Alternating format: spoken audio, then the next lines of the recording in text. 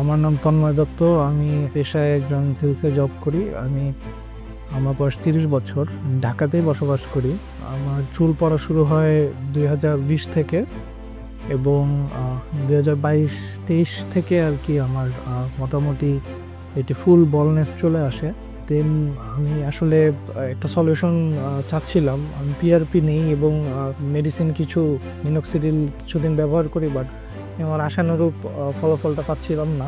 এরপর আমি গুগলে আসলে জিনিসটা নিয়ে ঘাটাঘাটি করি নেটে, এবং সেখান থেকে আসলে আমি দেখলাম যে বাংলাদেশে হেয়ার ফ্রি হেয়ার গ্রো সম্পর্কে তারা আসলে তাদের ব্রাঞ্চ খুলে। দেন যখন আমি হেয়ার ফ্রি হেয়ার গ্রো নিয়ে আরেকটু বিস্তারিত জানা শুরু করি, তখন দেখি যে এটা ইন্ডিয়াতে অনেক আগে থেকেই তাদের অনেকগুলো ব্রাঞ্চ চলে।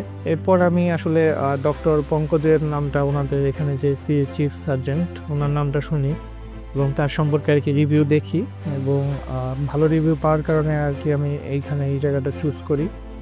এবং পাশাপাশি আরও কিছু বিষয় হচ্ছে, বাংলাদেশে অনেক এই গ্রাফ প্রতারণা এবং আরও অনেক ধরনের প্রতারণার শিকার হয়, যে তারা বলে এক ধরনের গ্রাফ দিচ্ছে এবং পর্যাপ্ত পরিমাণ গ্রাফটা তারা দেয় না।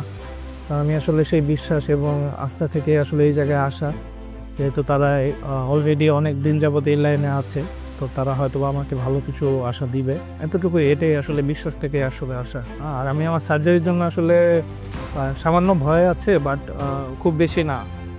আমি যেহেতু আসলে চুল যাওয়ার থেকে একটু কষ্ট নিয়ে যদি কোনো ভালো কিছু রেজাল্ট আসে, আমি সেটা নিয়ে আমি আসলে বেশি খুশি।